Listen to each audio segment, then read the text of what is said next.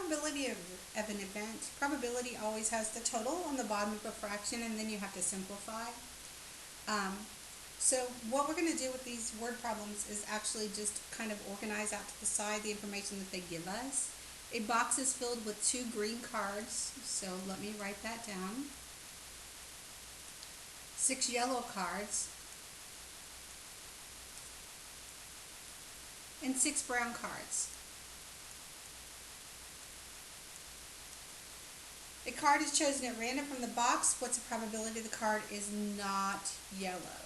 Well, first of all, you have to get a total. Every time you have probability, you must know the total number. So that adds up to 14.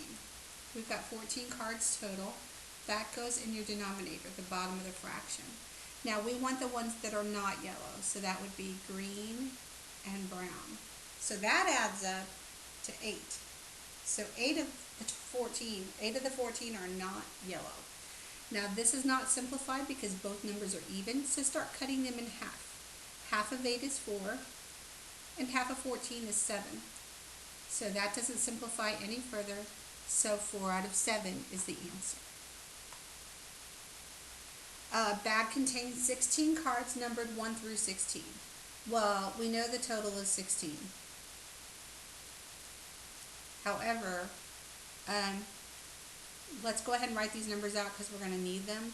1, 2, 3, 4, 5, 6, 7, 8, 9, 10, 11, 12, 13, 14, 15, and 16. What's the probability that the card has a multiple of 3?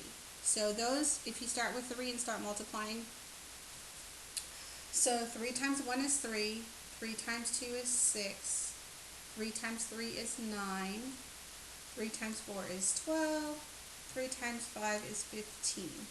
So there are 1, 2, 3, 4, 5 multiples of 3 on that list.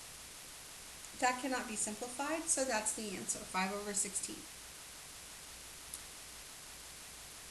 A bag contains 17 cards, so that's 17 total. Numbered 1 through 17, a card is randomly chosen from the bag. What's the probability that the card has a multiple of 3 on it? Well, I'm going to kind of cheat a little bit and use my list up here and just add a 17 to it. However, 3 times 6 is 18, and that's not on the list. So there's still going to be 5 numbers that are multiples of 3 on that list. So this answer is going to be 5 out of 17.